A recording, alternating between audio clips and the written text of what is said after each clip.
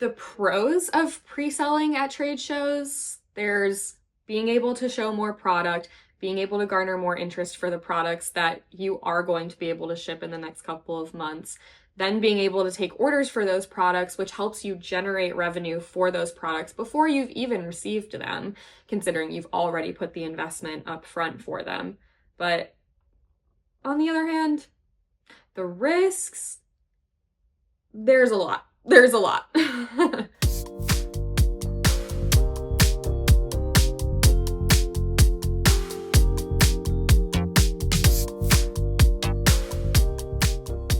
A lot of people don't know how products actually get on the shelves of large big box stores and also small independent boutiques and gift shops.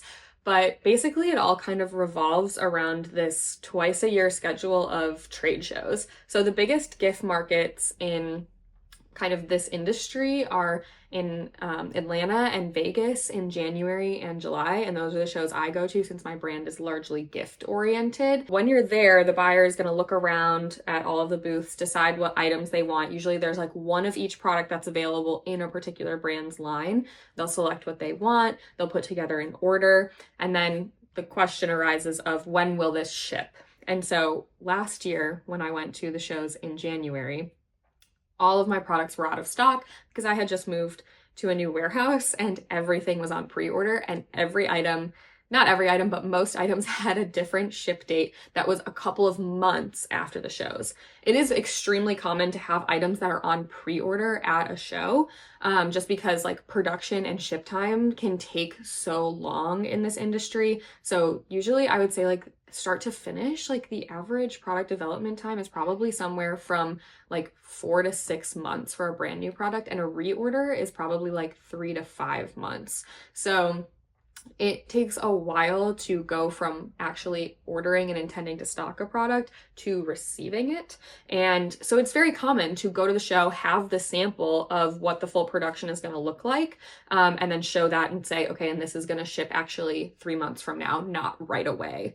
And so having those items on pre-order is always an option for a brand, but there's so many pros and cons to consider with it, because if you're not shipping an order right away, that's going to change the retailer strategy with merchandising, where they're going to put it in their store, what they're going to put it next to, and then it's also going to affect for you how long they have to sell that product before you see them at the next show. So like you want them to sell through your item so that at the next show they put in another order, but also like when you actually get paid, because most of the time retailers pay 30 days after the shipment of the actual order. So if you don't ship it because it's on pre-order, it takes longer for you to get paid. So there's a lot to consider there. There's obviously the huge pros of being able to present many more items if there's several that you're waiting on to get delivered or in production. But there's just so much that can go wrong along the way that there's like a really hefty pro-con when it comes to deciding whether to pre-order items. Sometimes you have no choice, which is kind of how I felt last January. Like I wouldn't have been able to show almost anything if I didn't do pre-orders, but it did create a little bit of a show in the months after we got back from those shows and did all of those sales and took all those orders. So there's a lot to think about when it comes to this question.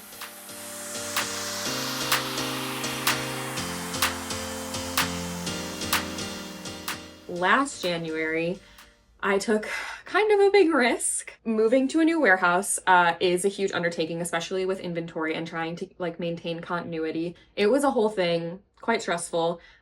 Literally a few weeks later, we went to the trade show. When we moved warehouses, I also decided it was a good time to redesign all of my products because I was going to clear out like most of the inventory. And so I wanted to kind of start from scratch and redesign everything that had been kind of like a nagging issue here and there. So I wanted to change all the notepads so they had better packaging and would be better for wholesaling, stuff like that. So we had almost no inventory when I went to this trade show. And the point of the trade show is to take orders from wholesale customers and take these large orders and then, you know, obviously ship them high volumes of product. So we didn't have anything to sell, but I was going to the trade shows anyway. And if I didn't go to the show, then I'd miss all of those sales and have to wait 6 months. So that didn't seem like a good option. It was really just that the timing didn't work out very well.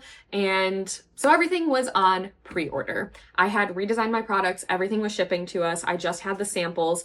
We took photos of the samples. We brought the samples to the show. People were able to like see them, and the samples are just like the products that were like done and being shipped to us. It's just we didn't have the full lot in our warehouse yet. And so everything was on pre-order. We had to establish like what dates they were going to be shipping. But like the huge pro of that is I had to pay money up front to like get those products in production, and I had to pay money on shipment. So I had sent hundreds of thousands of dollars to manufacturers, and I obviously wanted to be able to start selling those products so I could recoup some of that money. So the shows were a great way to do that. Obviously, like you can bring in a ton of money during all of those shows. And I think we brought in, I don't know, like over $150,000 between all the shows that I went to, if not more. So that's obviously a big deal. That can cover a huge amount of the money that I had sent out to make these products in the first place. But on the other hand, the downside of that is when you sell these products, you have to be pretty sure that they are going to arrive in the time frame that you expect them to, and you have to effectively communicate that to customers. So all of my products are on pre-order, but they're not all coming from the same factory, and they're not all on the same production or shipping timeline. And so I had to kind of memorize like, okay, this type of product is going to get here mid-January. This type of product is going to get here late January. This one's going to get here mid-February. This one's going to get here early March. This one's going to get here early April. And then I had to kind of like combine all of that information when I look at someone's order, because generally these customers want their orders to ship all together, of course. So much easier to deal with when you're receiving the package.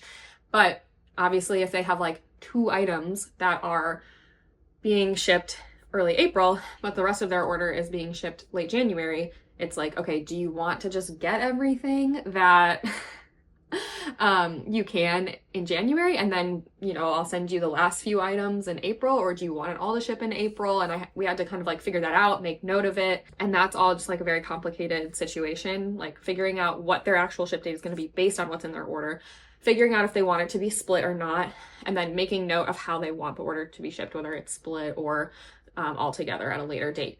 And another big problem with all of this is if you have everybody ship their orders at like the latest date, then, which, I mean, that's ideal for them, and you want to do like what's ideal for the customers, but that means that usually wholesale customers get net 30. And what that means is they get 30 days from the shipment of the product to pay for the product. So a lot of people are going to select ship together. That means like a lot, like 75% of our orders are shipping like the first week of April. And that means we're not able to collect a lot of this payment until like the first week of May. Obviously, if we hadn't done pre-orders at all, this product wouldn't be available at all, and we wouldn't be getting anything at all. But having to wait for it because like a few stragglers arrived in early April is a big issue, because we're not getting any money until May. And that's just a long time to not get paid, especially, like I said, when you put all of the investment up front on all of these products. And in my situation, it was all of our product, not just like a couple here and there. So that was a uniquely tricky situation. On top of that, you have to store all the inventory for all that time. So it's not just waiting for your money, right? But we've got to sit on the whole order in our warehouse, and that's just unsellable inventory. Yep, that's another thing that is actually a problem. So because we had sold a lot of items pre-order, all of these wholesalers got like first dibs on these products because they weren't released direct to consumer, but some of the most popular items actually sold out of their whole stock with the wholesalers. And so the people who wanted them direct to consumer were not able to purchase them, and the wholesalers get a 50% markdown. So I could have sold them for full price and gotten the payment instantly, but instead for some of those best sellers, the wholesalers got them for 50% off, and I didn't get the payment for another 30 days from shipment. The other huge problem with this is you really have to be confident in the shipping dates. So when we went to the trade shows, it was looking good. Everything was looking like it was going to ship. Unfortunately, several of my products were coming from China, and they observe Chinese New Year for usually like a month or so, like late January, mid-January to mid to late February. So that caused a lot of delays when products didn't actually get through production and shipped before Chinese New Year. So a lot of these like production lots, like pallets and pallets and pallets of cosmetic bags, for example, were 90% done but did not get fully finished before the Chinese New Year, and then were held for a whole month and then shipped after that because they had to finish that last 10%. So like it felt like, okay, yes, we're actually going to get this shipment mid-February because it's going to ship mid-January. But in fact, we got them actually late March, early April ultimately. And so all of the pre-orders that we had were delayed. So we didn't meet customers' expectations because of delays like that. And we also delayed payment because we didn't ship the order for another month. So that can be extremely tricky. So my recommendation, I guess, out of all of this is yes, pre-orders are good. Pre-ordering everything at a show, I felt like I didn't have another option. And I feel like in that situation, if you're basically pre-ordering everything, you probably don't have another option but to just pre-order it all. But there may be some strategy to consider as far as like holding some of it, so that, like I said, you don't have your best sellers sell out before direct-to-consumer customers can give you 100% of the retail price and instant payment, and like wholesalers don't get to take the entire stock and then 50% off and then delay payment. So that is something to consider, is like, do we want to make our whole inventory available? I honestly didn't predict that anything would sell out like that. That was a surprise to me. So like a good surprise, but that might be something I would do differently. And I think I am going to try to minimize pre-orders as much as possible going forward, because when you have like a wholesaler put in an order and almost everything is ready to ship, it really stinks when there's one or two products they pick out that are then delayed like a month or two, that delay the whole order. And then again, you don't get the payment for an additional month on top of that because you've delayed shipping it out. But also, there's less time between when they receive the product and it goes on their shelves and then the time you see them at the next trade show. So after we did all these pre-orders, shipped them out in like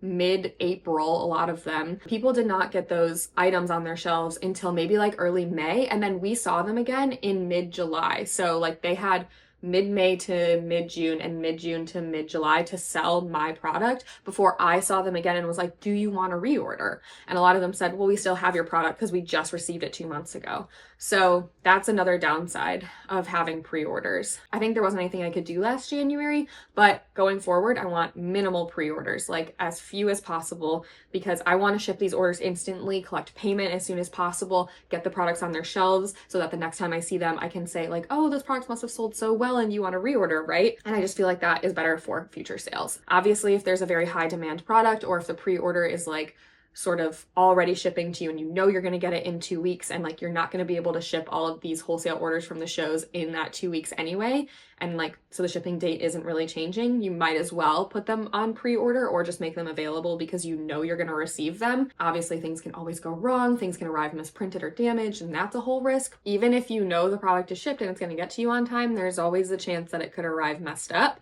And I have had so many reorders. So like we've already had an entire several pallets of this product and I'm just asking for the same thing again, but then they arrive not matching the first lot. And I feel like that's extremely common because you're not usually sampling for a reorder, or at least I don't always do that. And sometimes the factory will like forget or get confused or like not have a sample from the first lot on hand.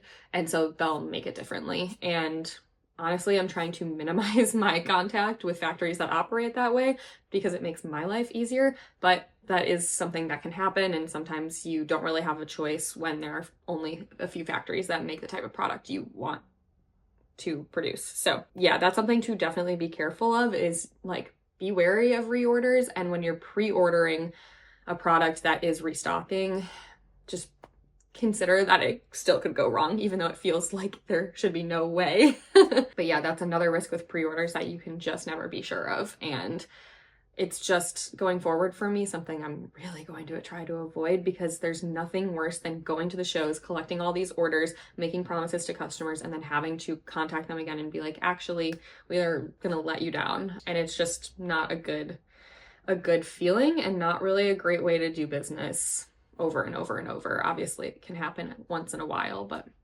it's tough. Reasons we build in. We pad our lead times now. Mm-hmm. Yep. We have longer lead times as far as the expectations, and if we underpromise and overdeliver, that's a beautiful thing.